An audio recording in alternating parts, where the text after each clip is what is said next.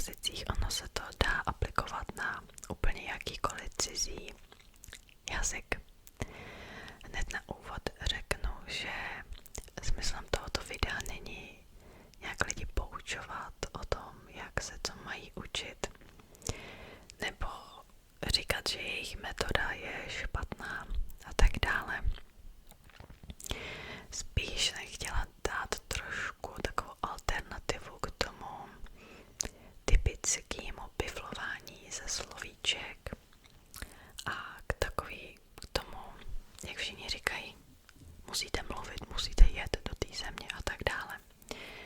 Protože ne vždycky to úplně jde.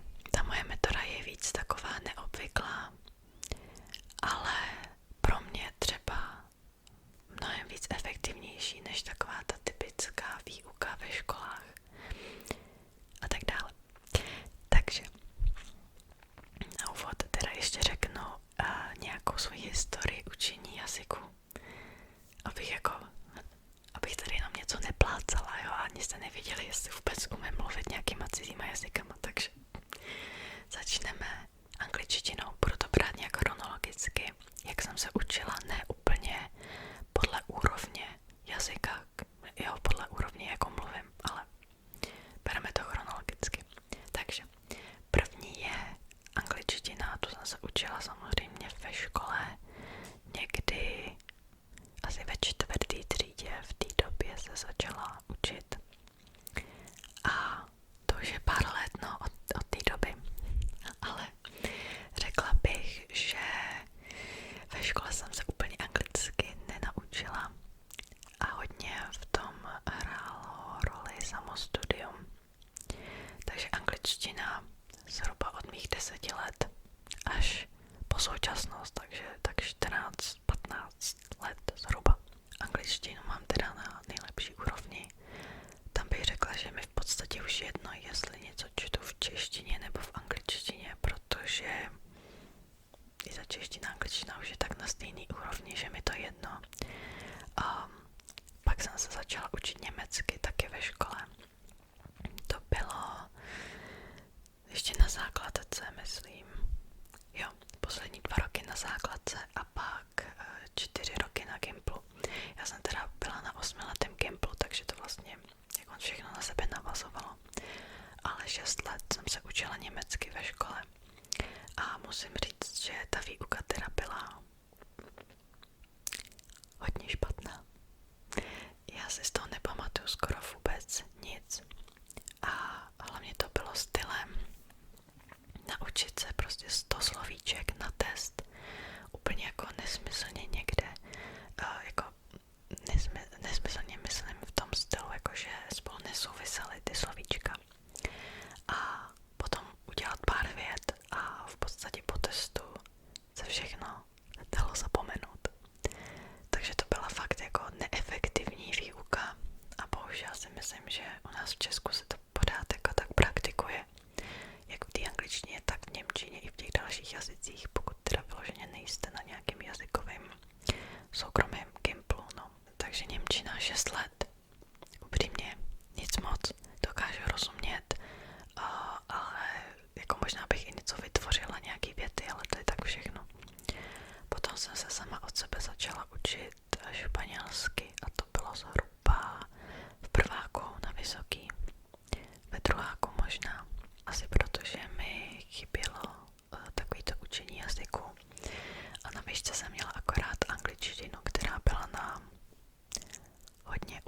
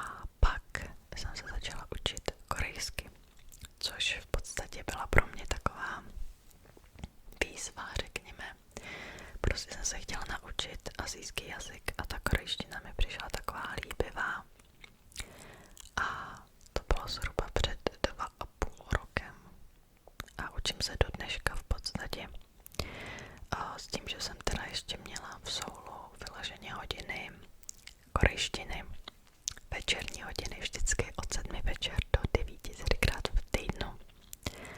A ta výuka byla strašně zajímavá v tom, že jsme na ní vůbec nemluvili anglicky, ani jako jiným jazykem. To byla hodina opravdu pro začátečníky. Fakt jako pro úplně začátečníky a vůbec na nás nemluvili anglicky. A k tomu se dostanu, ale právě tím, že vlastně na nás nemluvili vůbec jiným jazykem, tak to bylo strašně prospěšný a opravdu ty hodiny mi daly hrozně moc. Tím se vlastně dostáváme do současnosti, takže teď se aktivně učím v podstatě jenom korejsky a v angličtině se pořád zlepšuju, ale to už je taková jako spíš pasivní nějaký jako nasávání informací. Rozhodně by to nebylo tak, že bych si hledala novou slovní zásobu nebo tak nějak. No, měli bychom se dostat k tomu, o co tady vlastně jde. Spousta lidí říká, že se nedokážete naučit jazyk tak jako malé dítě, jako miminko. Ale zároveň si neuvědomují, že v podstatě jakýkoliv dospělý, nebo aspoň ve školách třeba, takže i větší děti, se učí úplně jinak. A vezmeme si to miminko, jo, třeba. A miminko je prostě 24 hodin, 7 dní v týdnu obklopený tím jazykem. Ať je to od jejich rodičů, nebo z televize, z rádia, všude v obchodě, všude je obklopen tím jazykem. Když se větší dítě učí jazyk, tak je to buď to pár hodin, třeba týdně někde ve škole, nebo pár hodin denně jako dospělí, pokud vyloženě tomu věnujete čas. Takže se to vůbec nedává srovnávat tohle. A zároveň se miminko neučí bez žádný jako překlady.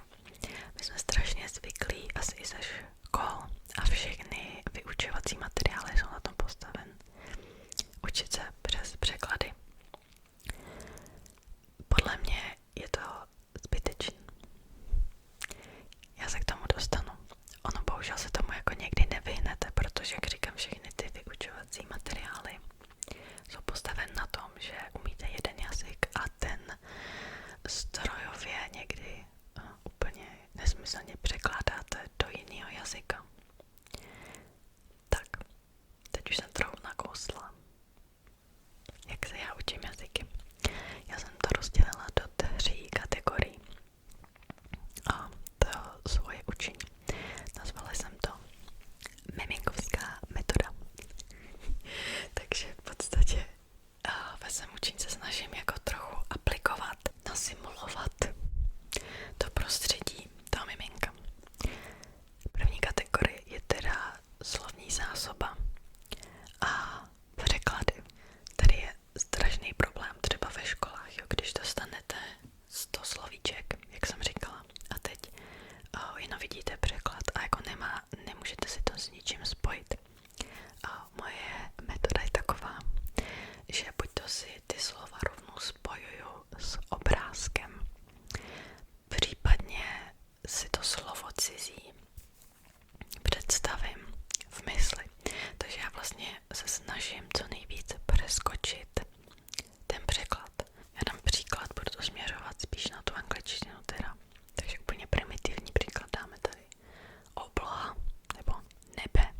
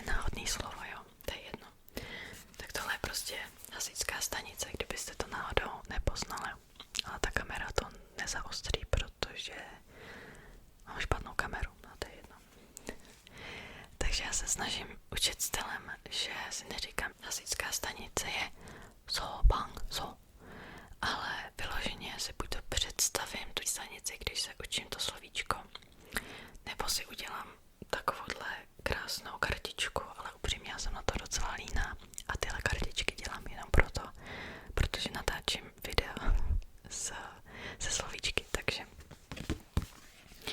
obvykle prostě jenom si představím tu danou věc, ten daný pocit.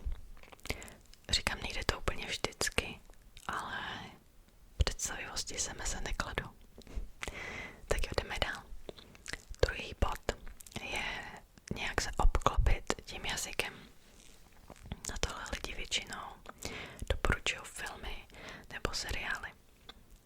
Upřímně, já vím, že pokud si pustím seriál v jazyce, v kterým se učím, v kterém nemluvím, tak stejně vím, že budu jenom číst titulky a nic se nenaučím.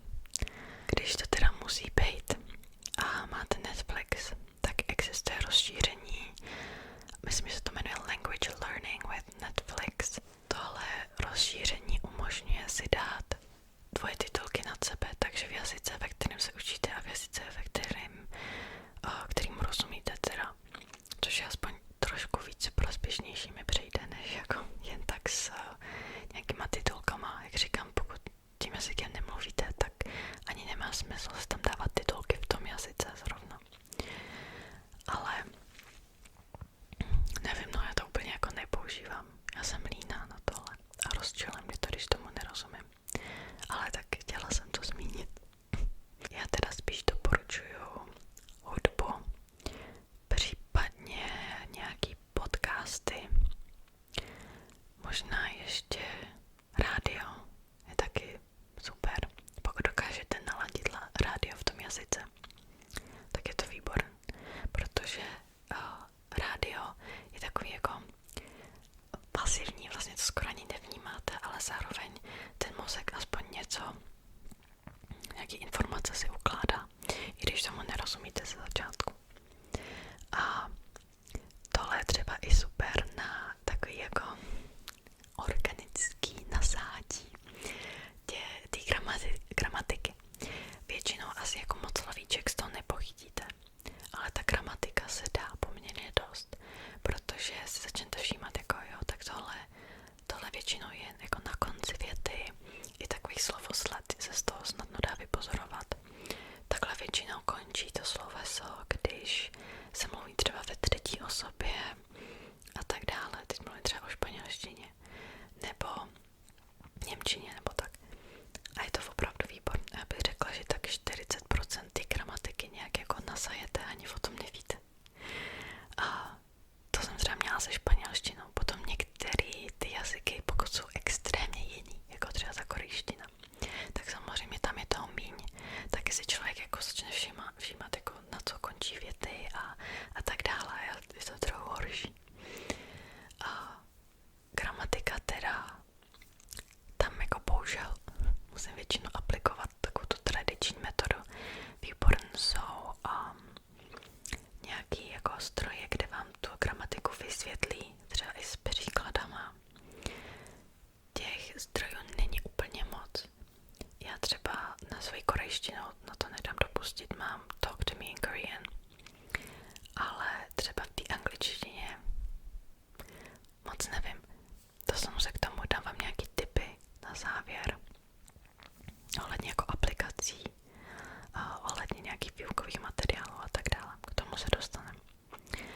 A na závěr, teda jako třetí kategorie, jsem tam dala výslovnost. Ta výslovnost upřímně to mám jako problémy docela dost.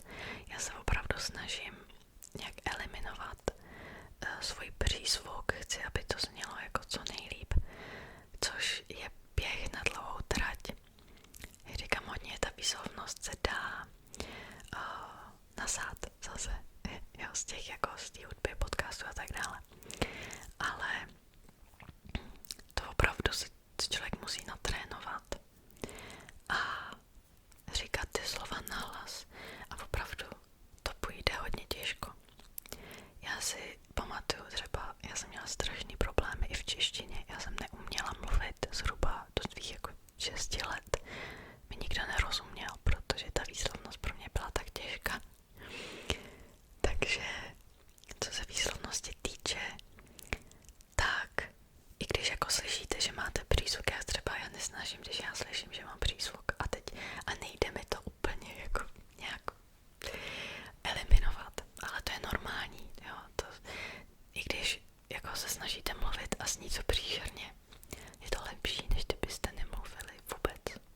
musíte si uvědomit, že třeba těm dětem to trvá opravdu 5 let nebo minimálně tak 4 roky, než se opravdu naučí mluvit v tom jazyce, takže jako nevadí, když prostě máte přízvuk, jo.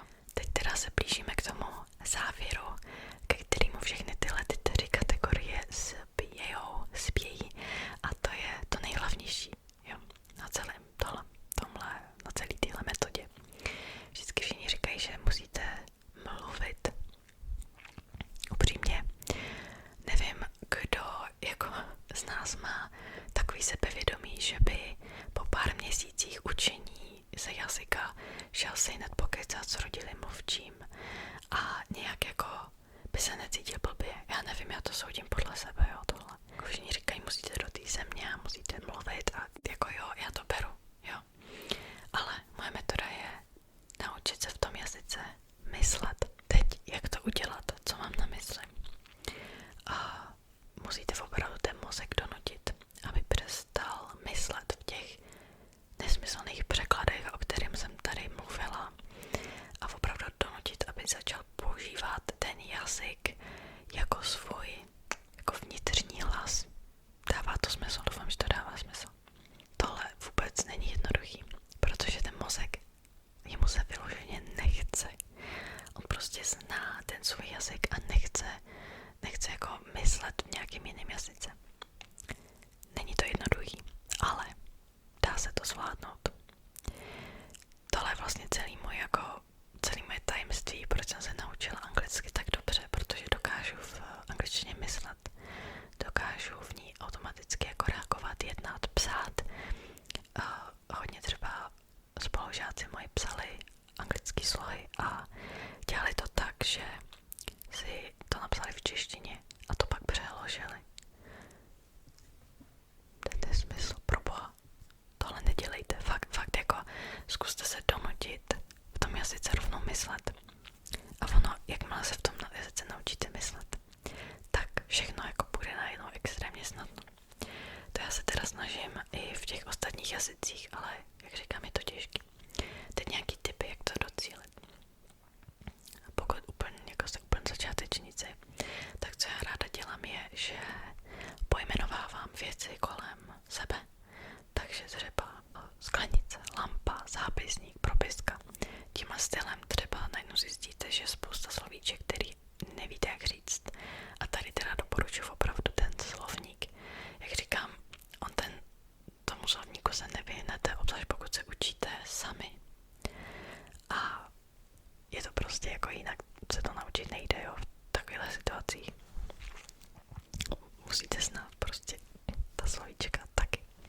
A jako tomu slovníku se nevyhnete, ale jak říkám, pokud máte třeba nůžky a najdete si, že nůžky jsou scissors, tak si neříkejte nůžky jsou scissors, ale tohle automaticky je scissors. Nic jinýho. Jo, doufám, že dávám smysl, aby potom na mě lidi jako v komentářích a nervali, jak se to mám naučit bez slovníku. To jsem neřekla. Ten slovník je někdy nutný, jo. Jde o to, jako, jak potom s tím slovíčkem naložit. Tak jo. Další teda věc, co jako ráda si říkám v tom jazyce, jsou pocity. Takže třeba je mi zima, je mi teplo, nudím se a takový jako úplně primitivní věci. Ale je to výbor na to procvičování. Pokud jste sami, můžete to říkat i nahlas. A pokud ne, tak v mysli to stačí pohodě. A další jsou třeba aktivity, jako píšu si do zápisníku, nebo učím se, nebo fakt úplně jako zase běžný úplně aktivity, jako primitivní věci, ale hrozně to pomůže. A potom se to právě dá nějak spojovat, jo, třeba učím se, proto se nudím, nebo něco jako proto jsem znuděný a tak dále. Dá se to spojovat, dá se z toho vytvořit spousta věcí a jakmile ten mozek už trochu naběhne na to myšlení v tom jazyce, tak to jde pořád snáš a snáš. To si taky říkám, i když je to strašně těžký na začátku, tak to postupně bude líp a líp a líp.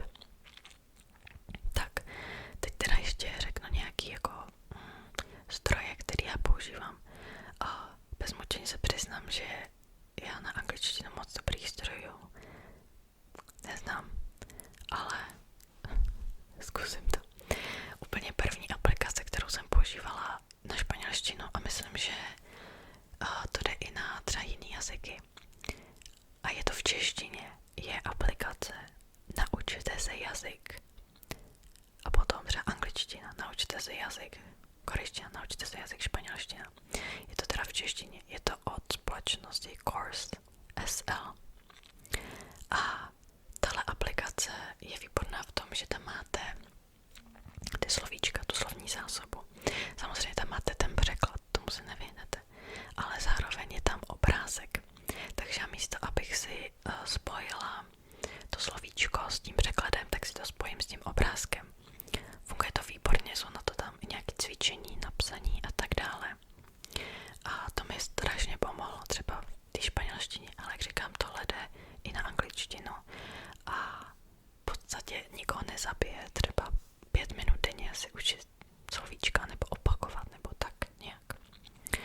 A potom jsem chtěla zmínit Duolingo. Já moc Duolingo nepoužívám z toho důvodu, že jsou tam takový neúplně přirozen věty většinou, ale na nějaký ty základy, jako proč ne, oni, já nevím, jestli mají úplně jako rodilý mluvčí, co dělají ty věty, protože někdy opravdu ty věty zní strašně nepřirozeně, ale na ty základy, proč ne, je to vlastně snadno dostupný, proč ne. A potom teda používám Lingodeer, to je určitě na asijský jazyky. Já jsem to stávala v dobách, kdy tam fakt byla jenom korejština, japonština a čínština, ale myslím, že teď i přidali další jazyky. Ale je to teda v angličtině, je to přes angličtinu. A já se všechny jazyky jako další učím přes tu angličtinu, takže to je jenom jako takový varování. Výborná aplikace, umí vysvětlit gramatiku, takže opravdu to člověk pochopí. Je tam spousta procvičování právě na ty slovíčka a obecně jako dobrá aplikace. A potom toto jsem si taky napsala na YouTube, English Class 101, Korean Class 101 a tak dále, taky v angličtině, ale některé ty lekce jsou docela dobrý, bych řekla. Oni mají i jako učení angličtiny přímo. Někdy, jak říkám, moc jako o angličtině, jak se učí, nevím, ale koukala jsem se na to jejich hodinu v angličtině a docela dobrý. A to je asi všechno. Ještě jsem se sem napsala ty rádia, že jsou dobrý, že je dobrý mít aplikaci. Já jsem tu měla třeba rádio España, španělský rádia, to bylo výborné. Tak, na závěr, úplně na závěr, bych chtěla říct třeba, jaký má důvod i proč já se učím jazyky. Možná jsem tohle měla říct na začátku úplně, a to je jedno. Tímhle si to uzavřeme. A mimochodem, já když jsem byla na střední, tak pořád nám vtloukali do hlavy. Musíte se učit anglicky, musíte se učit německy, protože dostanete lepší práci, dostanete lepší, líp placenou práci. Upřímně mě tohle nenamotivovalo ani trochu. Mně to bylo úplně šumák. A naopak, jako mě to rozčilovalo, protože nám pořád tohle omílali, jako pořád nám to omílali dokola. Takže tohle vám tady jako nebudu říkat, samozřejmě hodí se jazyky v pracovním prostředí, ta angličtina už je dneska jako skoro povinná. Neříkám, že to tak není, ale jsou to i jiný zdroje motivace, jako proč se to učit. No, a první teda věc, určitě vám to nějak otevře dveře do světa a tím nemyslím jenom vyloženě, že chcete bydlet v cizí zemi a tak dále. Pro mě osobně jsou třeba cizí jazyky důležitý v tom, že máte nepřeberné množství zdrojů v tom jazyce, tím jak třeba anglicky mluví skoro celý svět. Máte strašné množství zdrojů a v podstatě se můžete sami naučit cokoliv. A teď nemyslím jazyky, teď zkušenosti. Já se přes tu angličtinu učím ty další jazyky, protože tím, že vlastně už jako perfektně umím anglicky, je mi to jedno, tak se můžu naučit spoustu dalších jazyků, takhle. Ale jako jazyky stranou, opravdu můžete číst jako různý články, jako historie o konce světa. A jak říkám, o to jako všechno souvisí opravdu. Dokáže vám to nějak otevřít dveře jiným způsobem myšlení, než třeba nutně je to český. A možná se v tom i dokážete najít. Najednou zjistíte, že je nepřeberné množství názorů a nepřeberné množství způsobů myšlení. Každá skupina, každý národ myslí trochu jinak a třeba se v tom zrovna dokážete nějak stotožnit. A zjistíte, že úplně ta česká mentalita, to české myšlení vám v některých věcech, v některých aspektech života úplně nezedí. A tak nějak dokážete najít sami sebe. Tak, abych tady úplně neskončila nějak filozoficky, tak ještě asi bych měla říct, že ne každému úplně to učení jazyku sedí. Ne každému bude sedět ta metoda, kterou jsem tady říkala. Jsou lidi, co opravdu se rádi učí tím tradičním způsobem. Ale jak říkám, já třeba tohle nějak aplikuju na to, jak jsem měla vlastně tu výuku jenom v té korejštině. Tak jo, v tom solo, jak jsem říkala už na začátku videa, kdy vlastně se nemluvilo žádným jiným jazykem, tak mi to neskutečně pomohlo. Mně to pomohlo.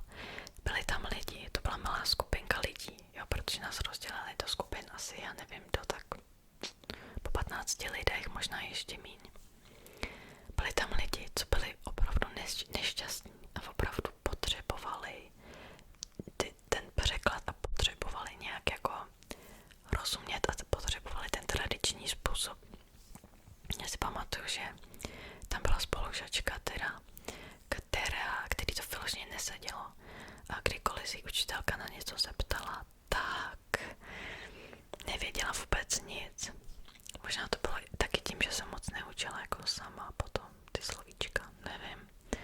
Každopádně byla opravdu nešťastná z toho a někteří studenti i vyloženě odešli z té hodiny. I když to bylo pro začátečníky, tak to nezvládali. I třeba lidi, co nestudovali, co tam pracovali a co ten jazyk opravdu jako potřebovali k nějakému žití, k nějakému vůbec jako fungování ve společnosti. Nezvládali to. Jako někdy to opravdu nejde. Ty začátky jsou vždycky těžký. Úplně u každého jazyka. Tak. Myslím, že už jsem řekla úplně všechno. Tohle video asi bude trochu delší než normálně. Mimochodem, to je mimo téma, ale tam v té hodině, v té třídě jsem někdy potkala takový jako zvláštní existence. A možná bych mohla udělat video někdy jako příběh z Koreje, protože to bylo opravdu velké množství těch jako bizárů, bych někdy řekla až. No to uvidíme časem třeba. Mimochodem já jsem od minulého videa trochu vylepšila osvětlení. Mám tady různý stolní lampy a tak podobně. A velký problém je v tom, že já mám 2 lampy a každá má úplně jinou jako teplotu. Ty bílý. Ale doufám, že to nevadí úplně.